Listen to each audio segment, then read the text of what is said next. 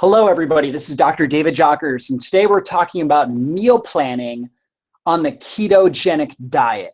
And the ketogenic diet is really an advanced nutrition program that helps reduce inflammation in the body. See, we know sugar stimulates a type of metabolism that creates dirty energy or a lot of free radicals and metabolic waste, whereas an alternative fuel delivery system is basically the system of the body that produces ketones. When we consume a lot of fat, as you can see in this picture right here, a lot of fat in our diet, we end up producing something called ketone bodies from our liver, and ketones produce a very efficient and clean energy source for our brain and our body.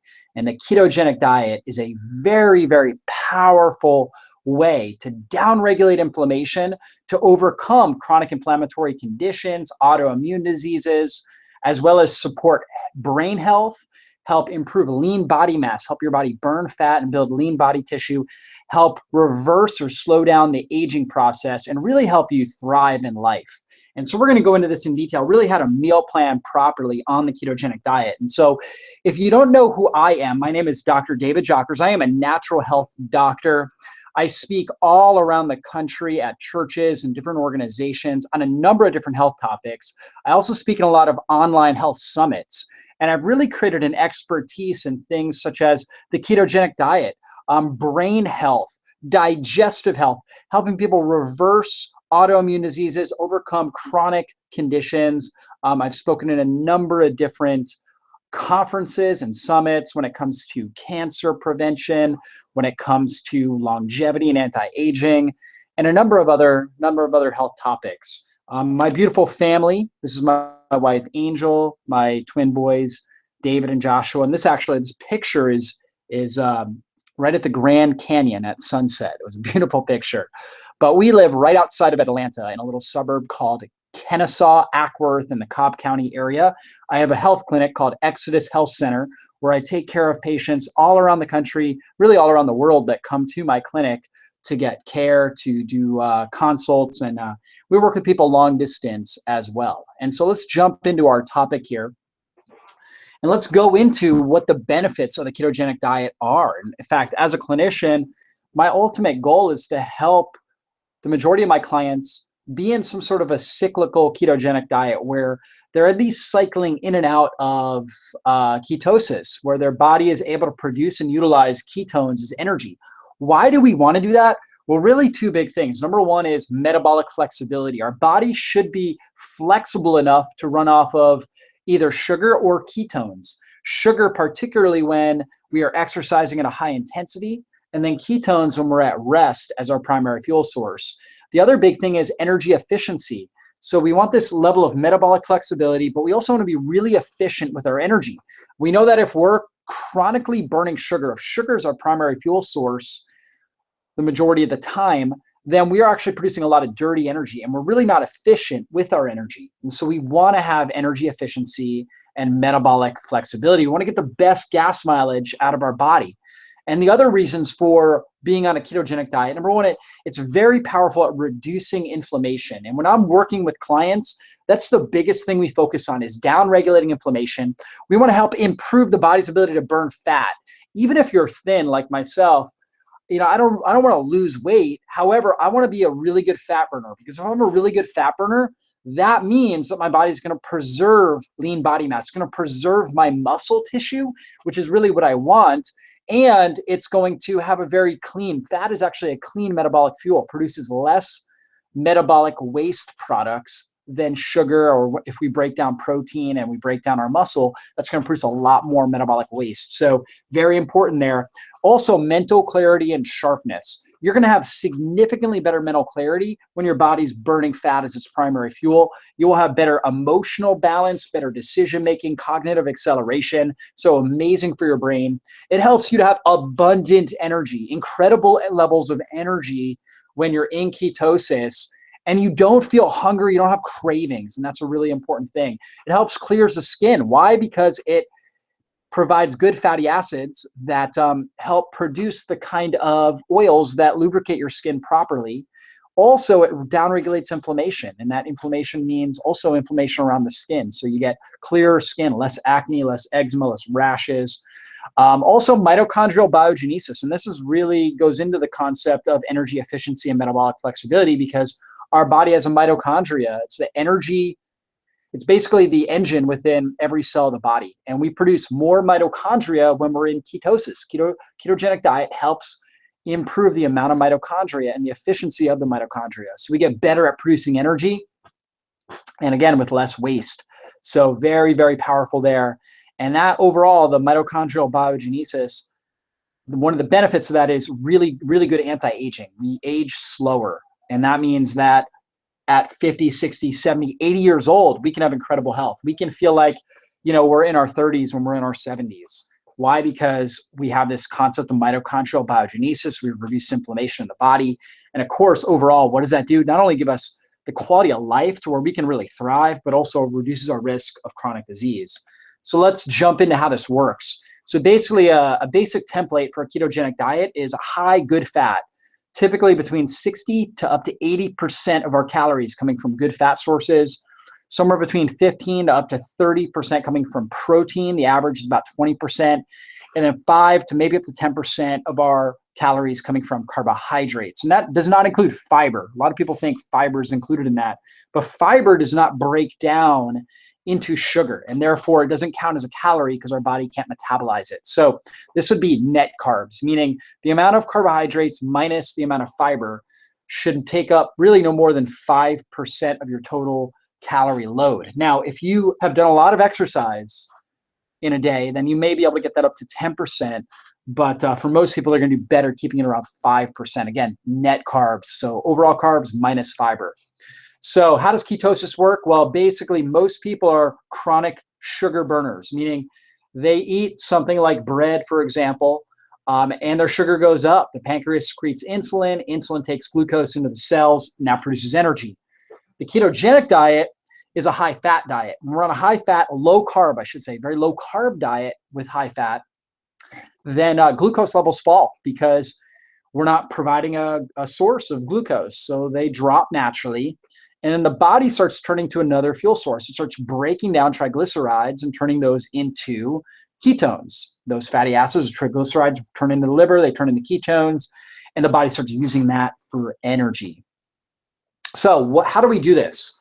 Well, from the typical modern American diet, or even something like the paleo diet, the 3 basic changes we want to make. Number 1, we reduce sugar and grain. We know grains like rice, quinoa.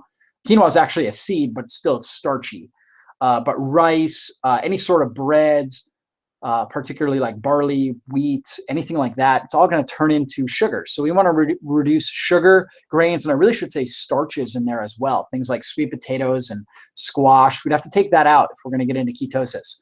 We want to eat good fats, things like avocados, coconut oil, olives, olive oil, macadamia nuts are a very good fat. Grass-fed butter is another really good one. So these good fats we want to have. We want to eliminate bad fats. We want to stay away from canola oil, corn oil, soybean oil, cottonseed oil, peanut oil. We see these things in processed foods. So we want to stay away from those. And we change the meat that we eat. We get rid of grain-fed and we stick with grass-fed animal products, pasture-raised, wild-caught fish, really sustainably raised animal products. And these are really 3 big nutrition rules that I teach all of my clients, but especially if you want to get into a ketogenic anti-inflammatory state. So what does the nutrition plan look like? Well, we've got good fats. Remember, we talked about fats as our primary energy source, primary calorie source. So you can see these at the bottom of this food pyramid. They should be at the bottom. Then we've got non-starchy veggies. So what is a starchy veggie? A starchy veggie would be like a sweet potato or carrots. A non-starchy veggie would be something like cucumber or celery or broccoli or cauliflower. That's a non-starchy veggie. We want a lot of herbs. So herbs are going to be things like turmeric, ginger, basil, thyme, oregano. This is a big mistake. I see a lot of people that go on the ketogenic diet really don't use herbs the way that they should. But we need those herbs because they not only are great for our gut, they actually are carminatives that help with bowel tone. But on top of that, they're also antimicrobial. They kill off bad microbes and they provide a lot of antioxidants. And when we're on a ketogenic diet, we're not doing a lot of fruit, and therefore it's going to be important that we have more antioxidants, and herbs can really make up the lack of fruit that we're consuming and get the extra antioxidants in. Now, low glycemic fruit like lemons and limes, I'm a huge fan of doing a lot of lemons and limes because of the vitamin C, also the citrus bioflavonoids that are in the lemon and lime, very powerful for our body. Small amounts of berries. Berries are low in sugar, high nutrient density. So they've got a ton of antioxidants for the sugar content.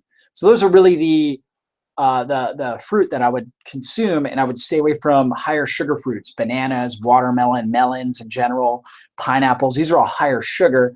We want to stay away from those. Clean proteins. So wild caught, grass-fed, organic, pasture-raised is what we're looking for with our protein sources. Nuts and seeds. I don't consume really high amounts of nuts and seeds. That's why I have them higher up in the pyramid. The reason why is that they can cause more stress on the gut.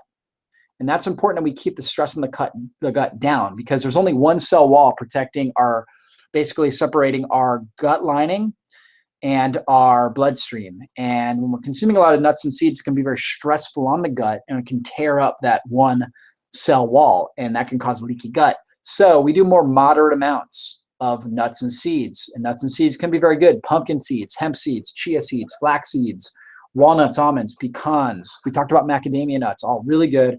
Fermented foods, so kimchi, pickles, sauerkraut, coconut milk yogurt, or coconut water kefir, where the coconut water has been fermented by good bacteria to produce more B vitamins, to reduce the sugar content, and provide a lot of good electrolytes and organic acids. These are kinds of fermented foods and drinks we want to be consuming regularly.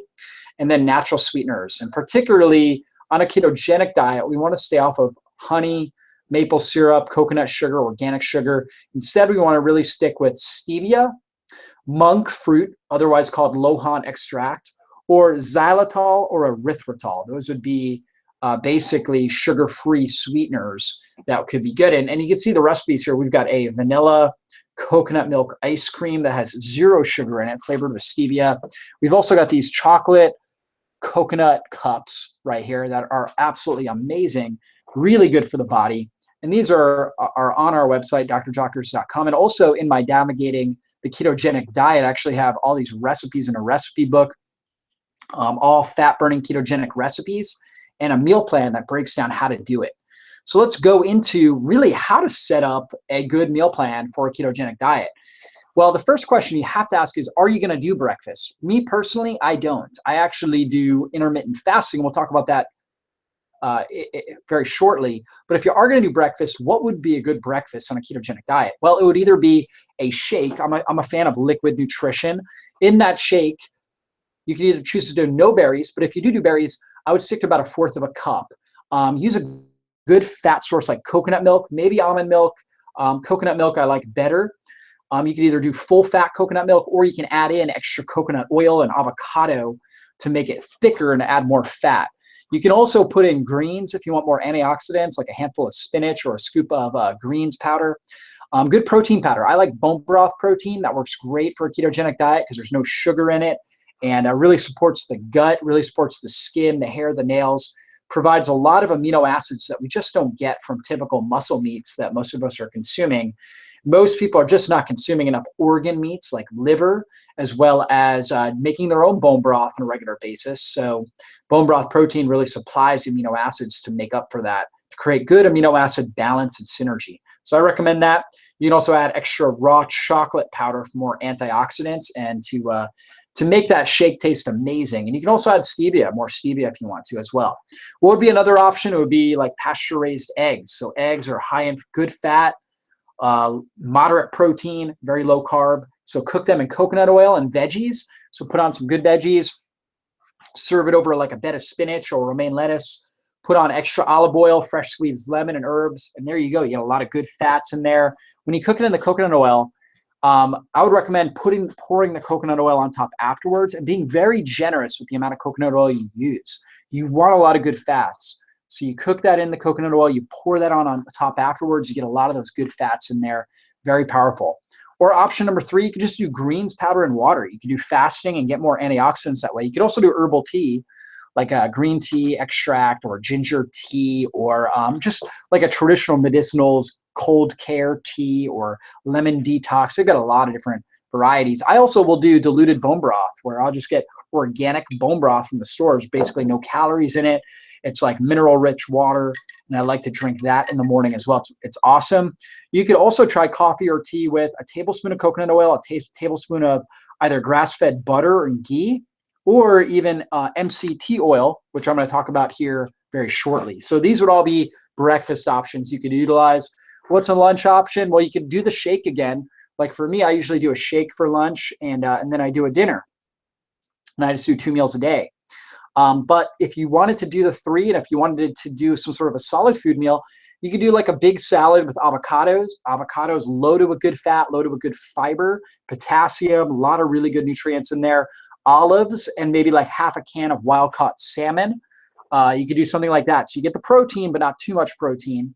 You squeeze some fresh lemon, some more olive oil on top. So again, you get a lot of the good fats. That's great. You could also just snack on flax crackers, which are very rich in good fats and fiber. So really very low carb. You can do veggies like cucumbers, jicama, but in moderation, because jicama is high fiber, but also does have a little bit of starchy carbs.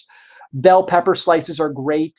So you can do celery, guacamole. Guacamole is amazing for the body. So all those good fats, really good lunch option. So anything like that would be great. And then for dinner, you could do something like wild-caught salmon cooked in coconut oil. Again, pour the coconut oil on top.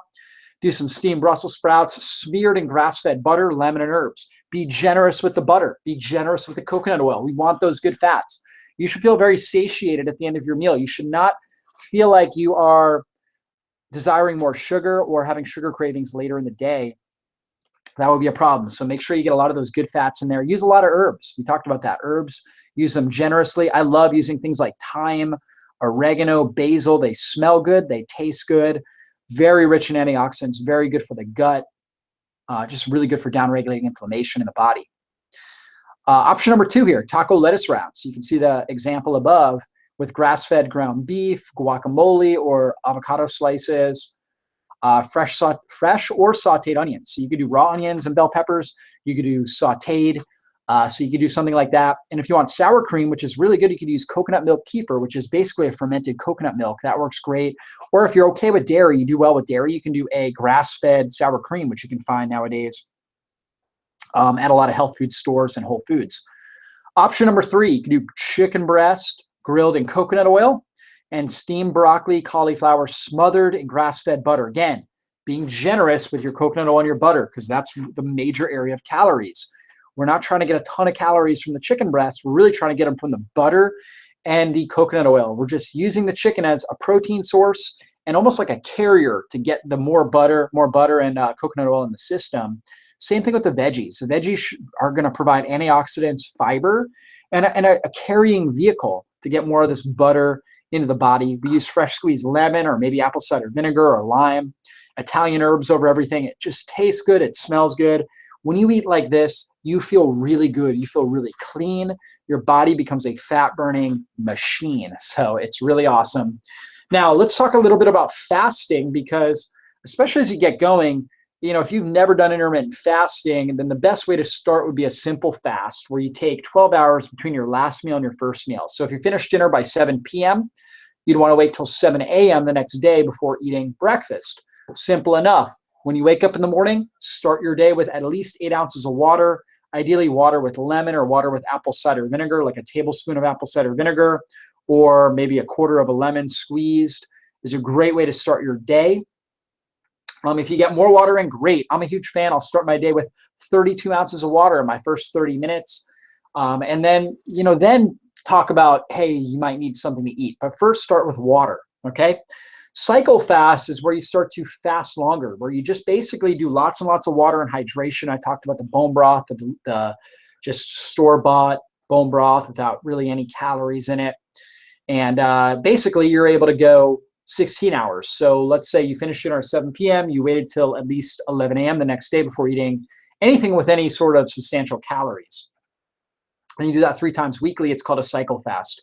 A strong fast is 16 to 18 hours daily. This is really my sweet spot. I will usually eat my meals between 12 and 6 on a regular basis, or 12 and 7. So fasting somewhere between that 16 to 18 hour period on a daily basis. And I feel really good. I start my day and I usually drink about a gallon of water before I eat my first meal. So I typically wake up between 5 and 6 a.m. and I usually have drank a gallon of water before 12 to 1 p.m. when I eat my first meal. So very powerful, strong fast. Warrior fast, 19 to 21 hours daily. I did this yesterday. In fact, I ate my first meal around 2 o'clock and ate my last meal, finished it, oh gosh, it was about 6 o'clock, maybe 6:30. So like a 4-hour eating window, basically. That's a warrior fast. And so getting those meals in a 4-hour time period and just really hydrating well outside of that. It's called the warrior fast. You get much greater mitochondrial biogenesis, that concept we were talking about for anti-aging, when we're able to do something like a warrior fast and the 1-day fast, where we just basically consume dinner and then we wait till dinner the next day before we're consuming another meal. In between, we're drinking a lot of water. We want to really stay well hydrated. We can do herbal teas. We can do bone broth, different things like that, greens powders in water. So these types of fasting will really help your body get into ketosis, stay in ketosis, and really enhance the benefits that come with ketosis. So I recommend incorporating some intermittent fasting if you're somebody that's out there looking to do a ketogenic diet. 10 key, really important ketogenic diet strategies. And I have a great article on this on my website. But number one, stay hydrated. We've been talking about this, drinking a lot of water. That's very important. And then that goes hand in hand with number 3, which is consume enough good salts. See, when we're on a high carbohydrate diet, like most Americans are, we retain sodium, meaning that we don't excrete it. We keep it in our system. And that's why most people are told in our society to be on a low sodium diet because they're on a high carb diet. However, when we're on a low carb diet, we're going to excrete a lot of sodium. So we need more. We're going to be dizzy. We're going to have cravings. So it's important that we're using a lot of these good salts. I recommend pink salts like Himalayan sea salt, that we're putting that on our foods. Drinking a ton of water, at a minimum of a gallon a day.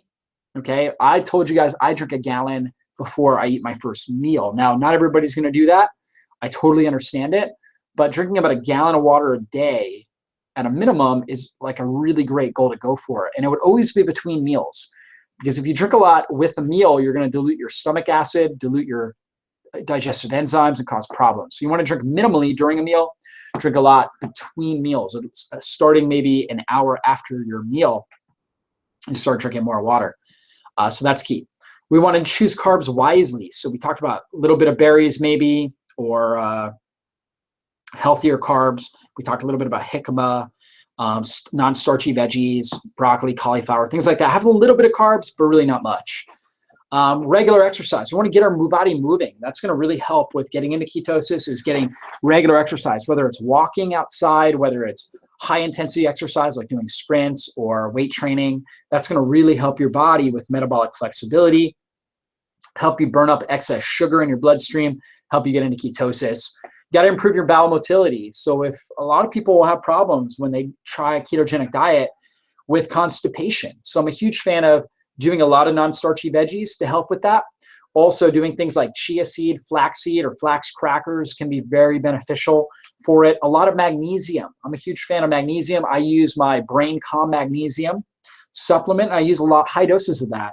So good for balancing out stress hormones, improving brain function, and also helps to move the bowels. So I recommend that.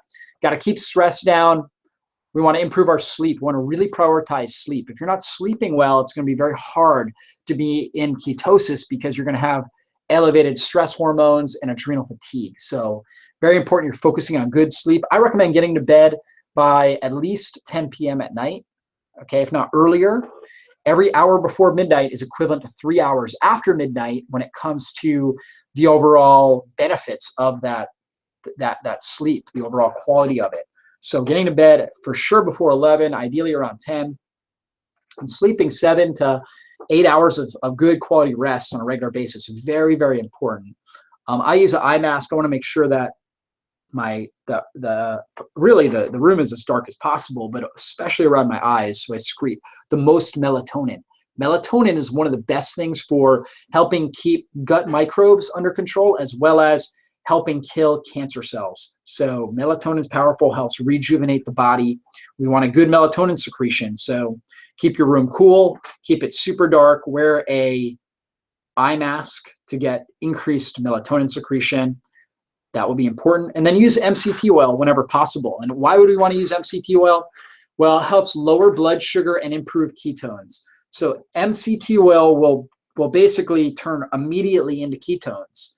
And so where do we get MCT oil? Well, we get a little bit from grass-fed butter and a little bit from coconut oil, but really using a supplemental MCT oil is really the best way to get these types of fats. So I recommend and personally use the XCT oil from Bulletproof. And we sell this on our website, drjockers.com. On our store page, you can find it. XCT oil, which is a derivative of coconut oil, and it's primarily the two major medium chain fats. So capric and caprylic acid, the 8 and 10 carbon fatty acids that turn right away into ketones. It increases nutrient absorption. It's going to really be important for somebody that would maybe trying to do a ketogenic diet to stop seizures. Very powerful natural anticonvulsive, improves athletic performance, and then appetite control, really provides satiety and helps improve weight loss. So the upgraded XCT oil from coconut, really, really powerful. That's what I recommend for that. So ketogenic diet, if you want more help, I hope this video has been really helpful for you.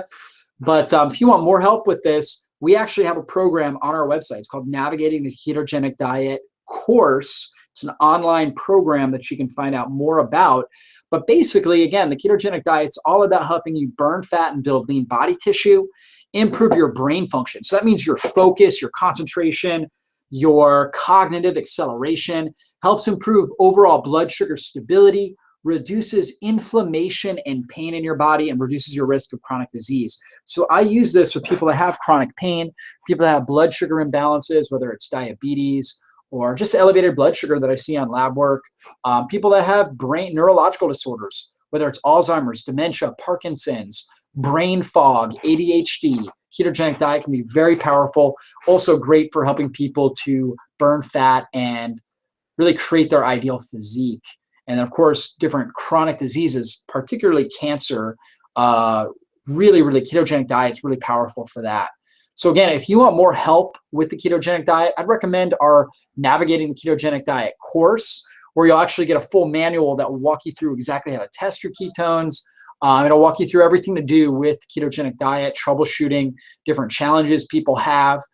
We also have a meal plan, a quick start food guide, a recipe guide. We have a new thing involved with our plan too, which is our snack guide.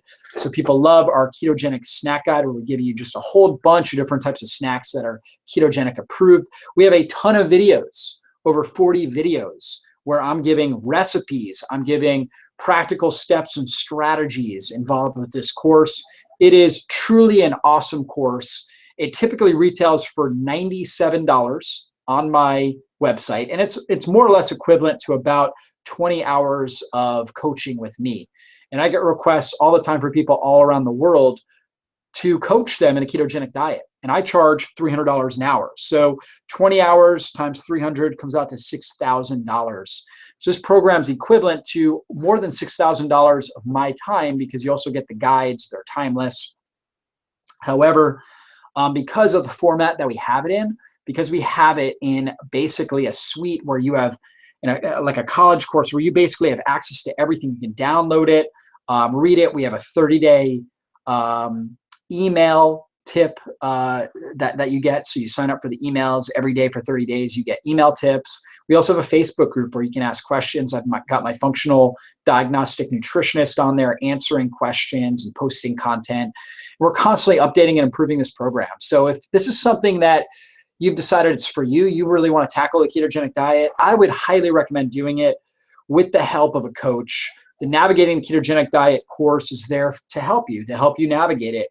And normally it's $97. However, if you use the code KETO, and that's with a capital K, lowercase ETO, KETO, capital K, lowercase ETO, 50, all one word, KETO 50, at the coupon, in the coupon code on the checkout page, on our ketogenic diet program page, then you'll get $50 off, bringing your total cost to $47. So if you're out there, you're looking to follow this program, definitely recommend going ahead and getting it, and using that coupon code keto50, all one word, to save the $50. So anyways, go ahead, take advantage of that, and we look forward to seeing you on a future online training. God bless you guys. Hope everybody has a super awesome and amazing day. Bye-bye.